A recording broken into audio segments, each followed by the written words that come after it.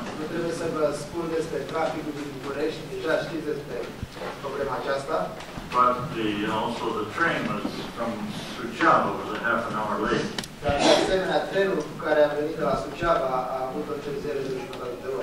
In the train, I had the privilege of sitting right across from the son of a man who was persecuted during the for bringing Bibles into the country. Și în compartiment, peste drumul de mine, stătea un tânăr, fiul unui credincios care a fost persecutat în regimul trecut pentru faptul că aducea Biblii ilegal. And he was in a prison. A fost dat în închisoare. And as a result, his health was broken. Și ca rezultat, sănătatea lui s-a șubrezit. And died shortly afterwards. Și a murit la scurt timp după ce a fost eliberat. It was I believe, an appointment of God to be able to speak with him on this trip. Cred că a fost lăsat de Dumnezeu ca să mă pot întâlni cu omul acesta, să stau de vorbă cu el în timpul călătoriei. I want to speak to you tonight about the obligation that we have to bring others to Christ. În seara aceasta aș vrea să vorbesc despre obligația pe care o avem de a aduce pe alții la Domnul Hristos. If you'll turn with me to the 10th chapter of John. Și dacă deschideți împreună cu mine la capitolul 10 de la Evanghelia după Ioan. We'll just read verse 16. Vom citi versetul 16. Deci Evanghelia după Ioan, la capitolul 10, versetul 16. Mai am și alte oi care nu sunt din staurul acesta. Și pe acelea trebuie să le aduc. Ele vor asculta de glasul meu și va fi o turmă și un păstor. In this chapter, Christ takes the position of a shepherd.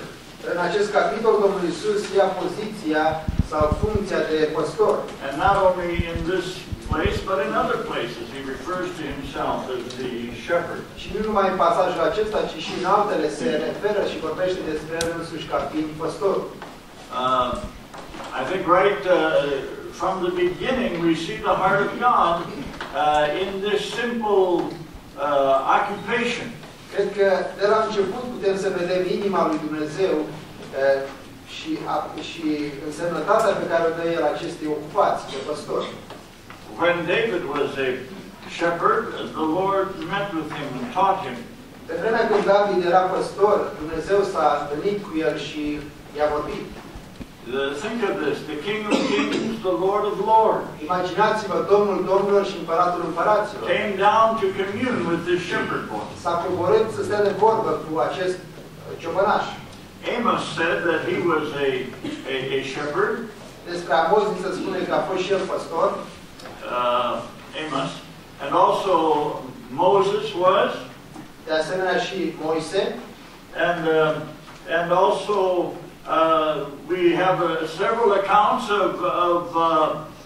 well, for instance, Moses interfering with shepherds who had come to water their sheep.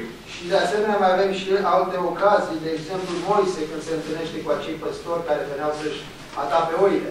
And he helped some girls who were bringing their sheep. El ajută pe cineva acolo care își aducea oile. We have the servant of Abraham who met Rebecca as she was watering her sheep. Avem pe slujitorul lui Iacov, lui Isaac, când vine să-și ajute pe acea fată care vine să-și atape oile. We learn from Joseph that his people, the sons of Israel, were shepherds. Și învățăm de asemenea de la Iosif că fiii lui Iacov, fiul lui Israel, erau și păstori la rândul lor. Abraham was a shepherd. Abraham a fost și un păstor. Isaac and Jacob were shepherds. Isaac și Iacov au fost și ei păstori. And on the night that Jesus was born, angels spoke to shepherds. Și în noaptea în care Domnul Iisus a născut, îngerii au venit și au stat de vorbă cu păstorii pe câmp. And so Jesus calls himself the Good Shepherd. Și astfel Domnul Iisus se numește păstorul cel bun. This is God manifested in the flesh. Acesta este Dumnezeu care se manifestează într-un trup omenesc. But he doesn't find it, he is not ashamed to take this position. Dar lui nu este rușine să ia această poziție. And he said that here, that as a shepherd he had other sheep. Și aici, în versetul pe care l-am citit, spune că el mai are și alte oi. And he said these other sheep would hear his voice. Și el spune că aceste oi vor auzi și ele glasul lui. And I want to just say a word here concerning true Christianity. Și vreau să spun câteva cuvinte referitoare la creștinismul adevărat. Christians are people who have heard the voice of the shepherd. Creștinii sunt cei care au auzit vocea păstorului. This is true of the Israelites who believe. Lucrul acesta este adevărat și referitor la evrei care au crezut. And it also refers to the Gentiles who believe. Și de asemenea se referă și la cei dintre neamuri care au crezut. Jesus said, "My sheep hear my voice." Domnul Iisus spune că oile mele aud glasul meu. And there is no substitute for that voice. Și nimic nu poate înlocui această voce. There is no other way of being called. Și nu există o altă modalitate de a fi chemat. Except a direct call from the shepherd. Și numai prin această chemare directă din partea păstorului. And everyone who has come to Christ Și orice persoană care vine la Domnul Hristos have come because they have heard his voice. au venit pentru că au auzit vocea păstorului. And so this is essential in true Christianity. Lucrul acesta este esențial în creștinismul adevărat. Now I believe Jesus is speaking here of the Gentiles when he speaks of the other sheep. Eu cred că Domnul Iisus, când vorbește despre celelalte oi, se referă la cei dintre neamuri. He is saying the fold is Israel, and he is calling the Israelites to himself. El spune că staulul este Israelul și mai cheamă și pe alții la el însuși. But he lets it be known that he has other sheep. Dar el vrea să facă lucrul acesta foarte clar.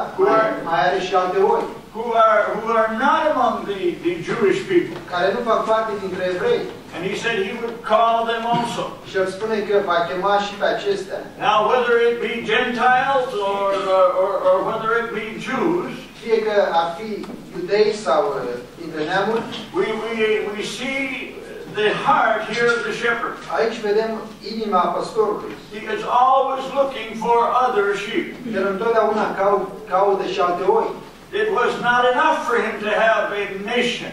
Nu a fost de ajuns pentru el să aibă o națiune. He found a way that the gospel would be preached also to the Gentiles. Și a găsit o modalitate prin care și neamurile